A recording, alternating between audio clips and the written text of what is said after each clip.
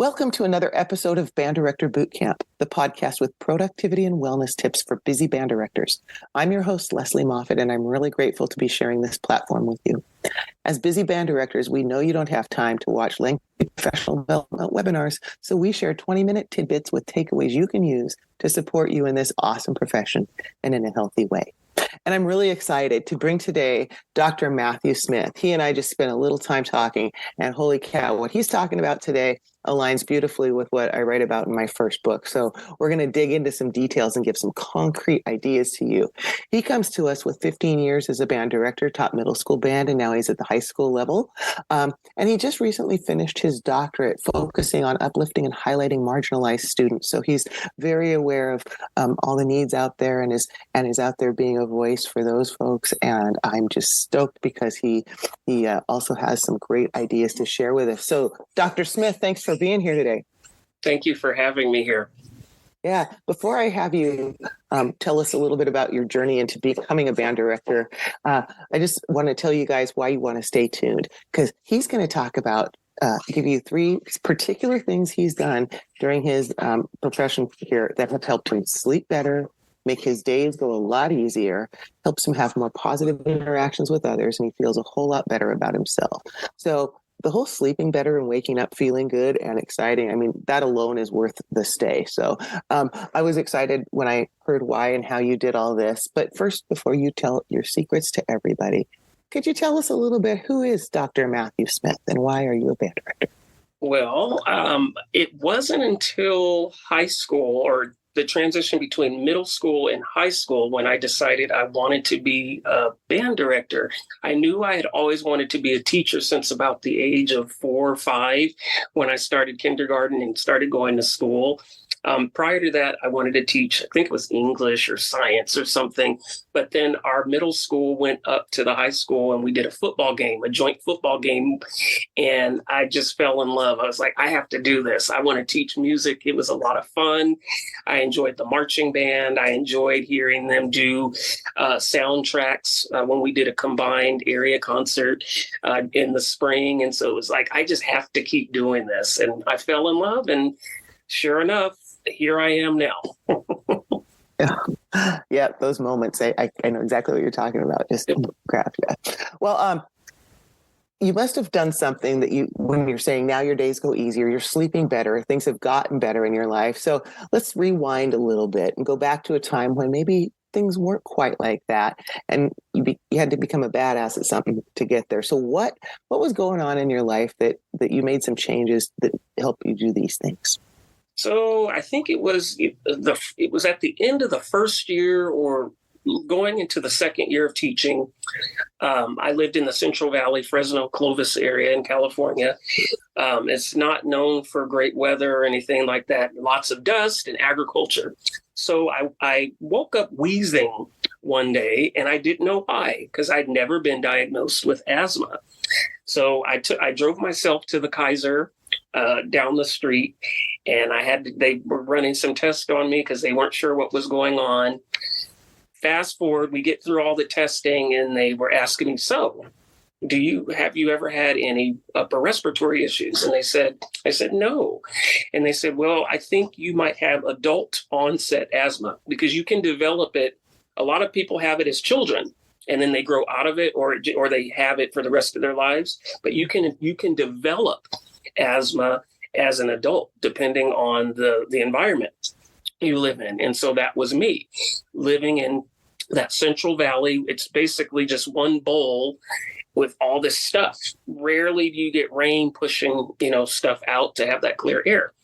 So I'm in the emergency room, and they give me prednisone, and they give me albuterol and all these other, steroid type medications to bring my heart rate down and to open up my lungs. And I'm panicking, and I don't know what's going on. And sure enough, they said, this is probably something that's going to be permanent because of where you live and how long you've had it and didn't know about it.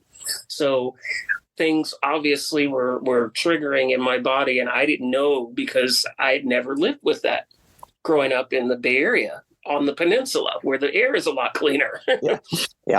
So I have, adult onset asthma, and they were listing all these things. They, asking me, are you allergic to this? Are you allergic to that? And I'm like, no, I've never had any reactions. So they were giving me tests, allergy tests. And they were describing things like, well, what kind of foods do you eat? And, being kind of freshly out of college and starting teaching, I wasn't eating very well, obviously, like a lot of it, pizza, macaroni and cheese, Top ramen, yeah, stuff like that. But I had healthy stuff mixed in there sometimes. But they did say, one of the triggers for asthma is dairy foods, and even some carbonated drinks, things like that.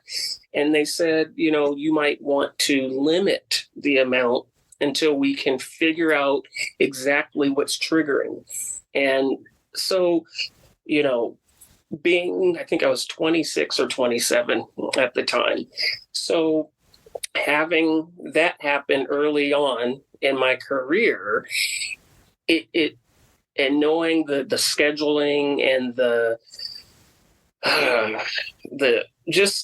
density of things that a high school band director, a middle school band director has to do on a daily and weekly basis, and the amount of activeness that we have to have for our students in the classroom, it made me start thinking like, okay, what do I need to change so that I am a lot more positive in the classroom? Because I didn't think about it at the time, but the health issues I was having with the not being able to take that deep breath or run that mile like I used to, those things started to impact my personal and professional life. Because when you can't physically do something that you've always done, just so many things start going through your mind, or when you're teaching a class of 60 band kids and you're having to talk over them, but you don't have the wind to do it, it's difficult and you get very frustrated. And then that transitions into your relationships with those kids. Yeah. And so I had to make those changes. And so by slowly limiting, obviously, the dairy and, adding in other recommendations from my primary doctor, I was noticing changes in just my quality of life, being able to rest more when I got home and not feeling like I was winded because of the foods I was eating and because of the activities they were having me do to build lung capacity and recalibrate my body. Those things were helping me start to live life again. So now you've discovered how much better it feels. And yes. We talked about earlier, it was work, though. It didn't just happen overnight. And I know a lot of people are like, it's too overwhelming to know where to start. So I'm going to ask you to help narrow down 3 specific things that you've done to support it so that now, because society doesn't make it easy to eat healthy. I read about in my book, the things that you need to do to feel good. Honestly, meals and movement are 2 big pieces. And we're talking about that today. But society makes it so hard. So you had to figure out some things to do so that you could feed your body what it needed. Can you talk about, the first one you told me was meal prep. So talk about what's the benefit of that and why do you take the time to do it? So I think for me, meal prep is important just because I know exactly what I'm getting. I know what I'm putting into my body because I'm the one preparing everything, rationing it out the way that it needs to be. So, for example, for me, I'm pretty basic. There's certain things that I have to have every day or every week. So I like to not just solely meal prep, I also batch prep as well. I batch cook things. So on a Saturday or Sunday night or across both of those days, what I'm doing is I'm going to chop up fruits and veggies, cut, slice, and dice, and they're going to go into their own little containers. I might batch cook enough rice to create a meal or pastas or things like that. I think doing that, basically, it's going to allow me to mix and match things so I'm not bored throughout the week eating the same thing, because that can happen as well. And I think when that happens, that's when people start going to the drive-thru. So by doing that and organizing it into a system that fits into my schedule, because it's very, I have Tuesday and Thursday night rehearsals, Friday football games, Saturday competitions later in the season.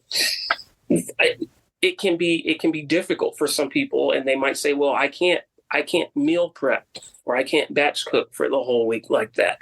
That's okay. When I started doing this, I would just do it for 2 to 3 days at a time. So I would chop, dice, and slice enough of those items for, Monday through Wednesday. So at least I would get through half of the week, which is still better, right? Than going to McDonald's at lunch, spending $10 on a combo. That's $30 already. Feeling crappy after you eat it, right? Exactly.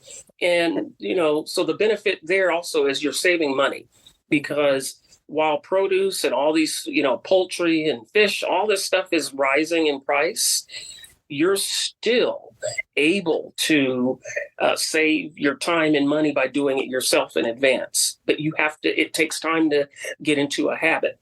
One of the things I do when I coach clients on this, and they're, because we make so damn many decisions as band directors. One more decision, like, what am I going to prep? It's hard. Mm-hmm. Using Chat GPT. This is a great use for Chat GPT. When I do it with people, for example, if they have gluten allergies or dairy or whatever, create 7-day meal plan with using fresh vegetables that I would find in this part of the country that are gluten-free recipes, blah, blah, blah. And it will put everything out there. It'll create your shopping list. And that can just take a matter of minutes. Yep. Because the prep of thinking about it sometimes is just too much. Yep. You have another quick little thing, too, that I thought was really cool. You called your lunchbox, because we talked about the temptations to stop and grab something at a drive-through. Tell us about your lunchbox that you keep. So I keep a lunchbox. It has about 6 little compartments in there where you can put little containers, and then you have a place for your liquid, like your juice or your water.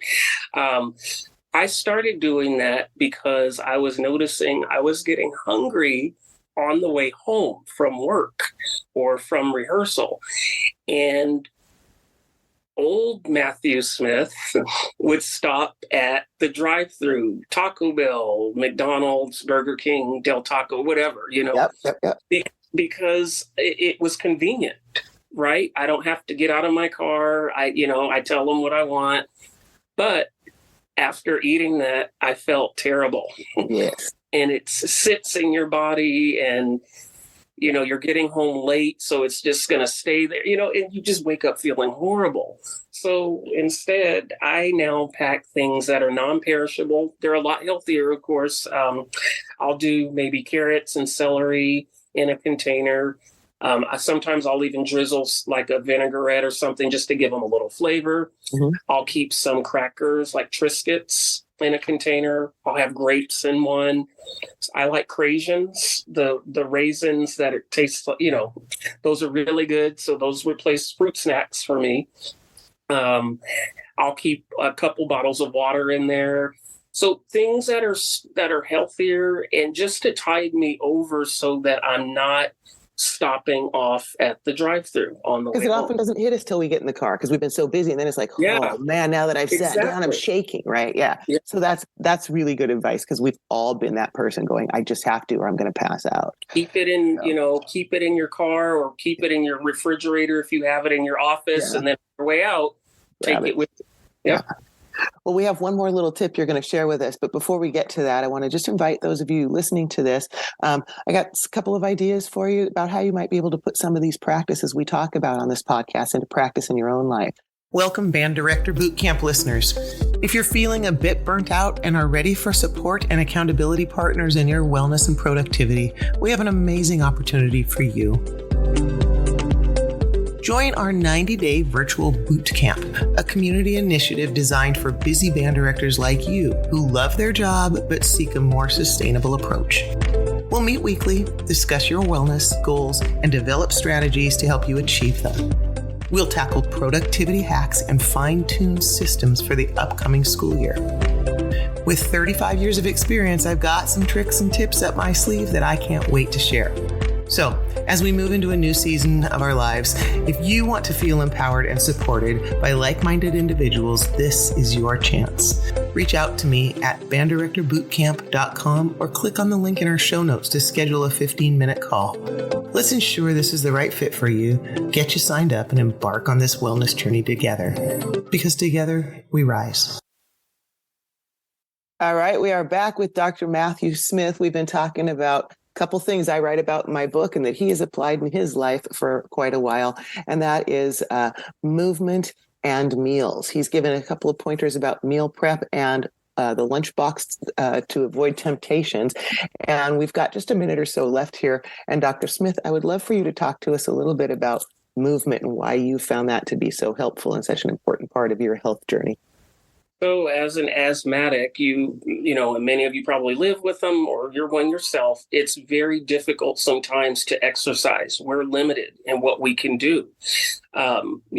So for me, just the simplest movement is helpful. Getting out, walking my dog, after the sun sets or early in the morning, going for that little bike ride, even if it's just a mile, even if it's just around the quadrant that I live in a couple times. If you're uncomfortable walking or running, do it in your backyard. Run in place for 5 minutes while you're, between TV commercials. Jump rope in the backyard. So many little things you can do in little increments throughout the day to keep your body moving, to keep your heart rate going.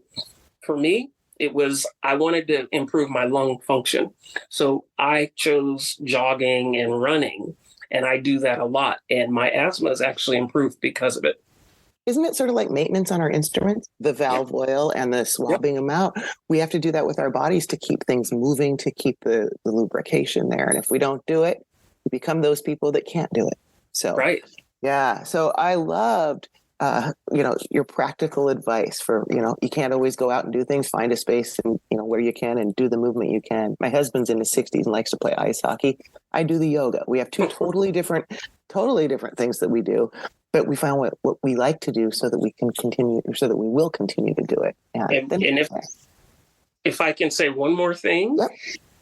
Band directors that teach high school and middle schools, especially when your kids are warming up, doing stretching and doing their PT, do it with them. Mm-hmm.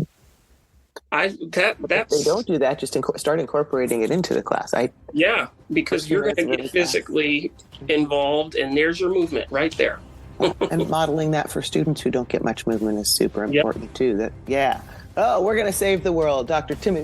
Matthew Smith and I are going to be out there doing it. Yes. Thank you so much for being here today and sharing your real life practical tips. Really appreciate it. Thank you. Yeah. And thank you to all of you who keep showing up and listening to these podcasts and making a difference for kids every day through the magic of music education. The work you do matters, and so do you. Join us next time on Band Director Bootcamp for another episode of productivity and wellness tips to make your life a little easier.